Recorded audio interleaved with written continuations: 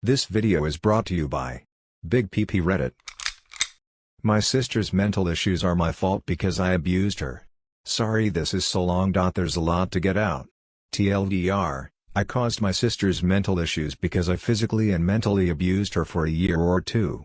There are just two of us. I'm 50 plus 6 years older than my sister. Both our parents worked. We lived in a small farming community of about 30,000 residents.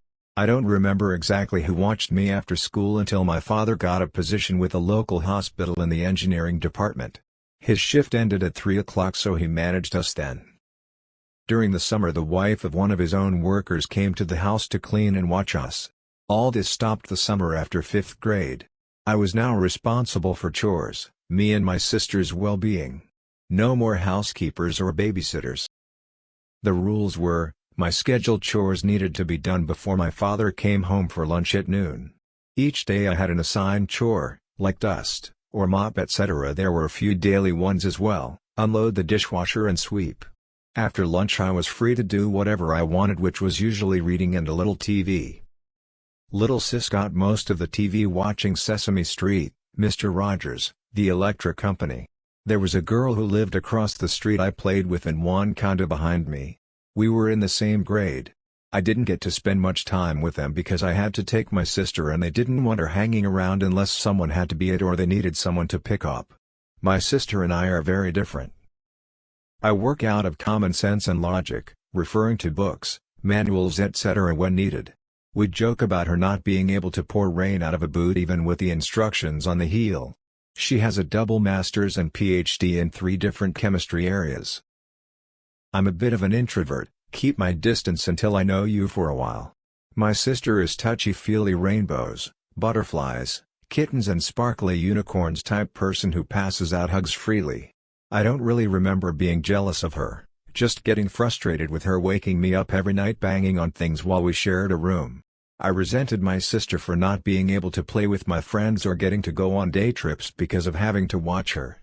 We were at the age where the cliques were forming and I wasn't around to throw my hat in the ring.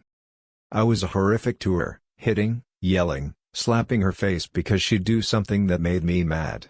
I then threatened to run away if she told. This scenario played out several times.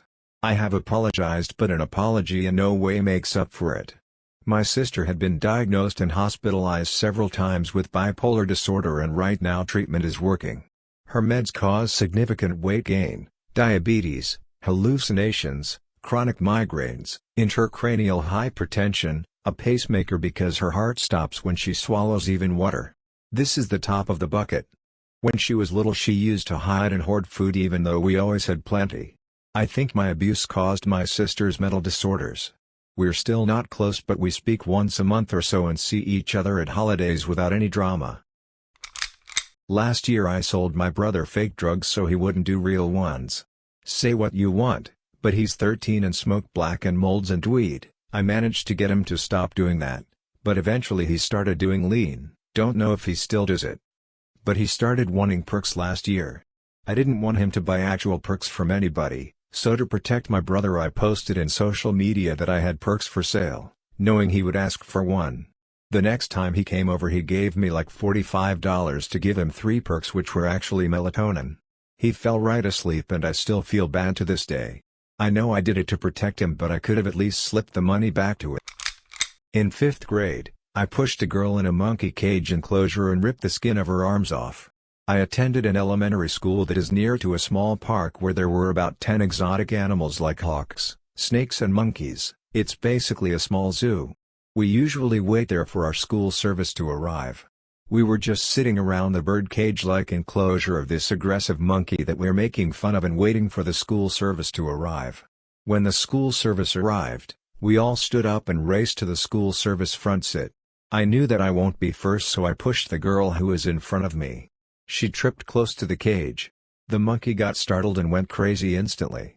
The monkey grabbed her arm and ripped her skin off in one bite. It is the gnarliest thing I ever saw. Her face turned pale white, I think because of the shock and loss of blood. We carry her out the park while she and some of us were stained with blood. An old guy who was working in the park sees us and immediately carried her and called an ambulance. The day after that the monkey is not in the park anymore and we have a new school service driver. Edit: this happened in the Philippines. I'm living in Canada now, and for those people who keep telling me this is fake and making this up for karma, which I don't fucking know what's for, I hope you guys are right. I made this account to find this movie in this subreddit called Tip Off My Tongue and got a recommendation for this subreddit. I saw people in here posting horrible stuff that they've done, so I tried my best telling mine. I get that I'm getting so much hate for this. What I did was horrible and I really wished I'd make it up to her. She got a pretty messed up centipede-like keloid scar in her arm without knowing that I am the one who pushed her. I used to scam people by pretending to raise money for kids in Africa. This takes place around 8 years ago when I was 11 years old. This is not written on an alt or a throwaway, because I am aware that what I did was bad and I still do regret it to this day, but shit happens, especially when you're a dumb kid. And you guys are not the first ones I have told this story to. Anyway, I had this buddy, we'll call him M. Me and M used to hang out a lot, and on this particular day we were at his house just shooting the shit, when we got the sudden urge to make a few bucks. We then started brainstorming ideas. I came up with the idea that we should walk around to people's houses and ask for money for charity, specifically poor kids in Africa. I know, horrible as fuck. So, we start off by walking around his local block, just asking a bunch of neighbors and whatnot. There we managed to scrape together about 20 bucks, and we were thirsty for more. So we started walking more around town and eventually we'd managed to scrape together a whopping 100 bucks. Our usual routine would be mostly about guilt-tripping the people into donating small amounts, and it worked because we were two innocent-looking kids who just wanted to help. Now, I didn't get away with it. Here is the very ironic mistake that caught us. We decided to hit the final apartment block of the day and we walk inside and start ringing doorbells. No one but one guy answered, and what I didn't know was that he was a close friend of my foster parents' church group and he recognized me, but I didn't recognize him. We do our usual routine and managed to get a decent amount off of him.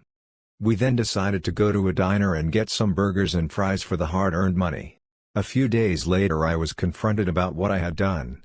Apparently he had told my foster parents that he thought it was so good that I was out collecting money for charity, and they of course had no idea what he was talking about. Ever since that day, I have always donated to charities out of guilt for what I did back then. Funny thing is, M went on to rob a gas station with his buddy a few years later, and ever since that day I have not heard from him. Life is peculiar. TL, Doctor, used to walk around with buddy and pretend to raise money for charities, got caught by a family friend because he told my foster parents. I've stolen thousands of dollars worth of electronics using a very fucked up technique. I apologize if I didn't type properly. English is my second language. For as long as I could remember, my parents always wanted me to leave the house. And so for my 18th birthday they decided that my gift would be a bag with packed clothing and about 3 days worth of supplies. I had no job, no shelter, no food, basically nothing. They thought that it would be a good idea for me to get out of the house to see what the real world would be like. Yeah, it's stupid. I spent countless months sleeping in abandoned buildings and large container bins. These were my homes.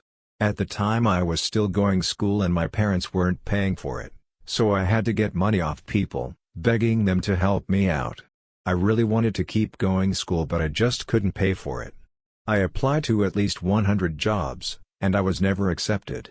So I had to think of a way that I could make money. Naturally I couldn't. Until one day something struck me. I was in the train lying on the beautiful soft seats until I heard a lady speaking loudly to her friend. She said that she had lost her phone, and she was violently looking through her purse. She then told if they have seen it. But everyone replied saying no. Needless to say, she got off that train crying. My stop came up and so I hopped out, and I thought to myself, hey, I could make some good money going to the Lost and Found, and that's what I did. I went to the Lost and Found and told the staff member that I had lost my phone. Obviously she wouldn't just give the phone without identifying me. So what I did was I filled in a paper that says I lost it, and if something very similar were to be found they would save it thinking it was mine, because I had already filled in a document. I didn't have a phone, so I would come daily and ask them, and bam, one day a phone that matched my description appeared. A Nokia E71. This was when smartphones were just coming in stock. Back then phones didn't have lock codes. so I already has access into it by pressing hash. I kept this phone because I use this phone as a main phone. I bought myself a SIM card and gave the number to train stations to make life more easy for me. I kept doing this over and over again at hundreds of train stations across my area. At times I got a old Nokia brick phone, to a DS, Beats, Samsungs, you name it, I got it. I then sold it off to a pawn shop. They usually bought them off me for cheap but enough for me. You don't have to shame me, I already know what I did was horrible. And that I'll probably never be forgiven by those people. But it made who I am today. I now have a job, a small cramped, but comfortable, room and food. I also ended up finishing university and I'm currently seeing a girl right now. I'm always giving money away to the less fortunate now. I keep extra money in my left pocket while my right pocket has all of my personal stuff.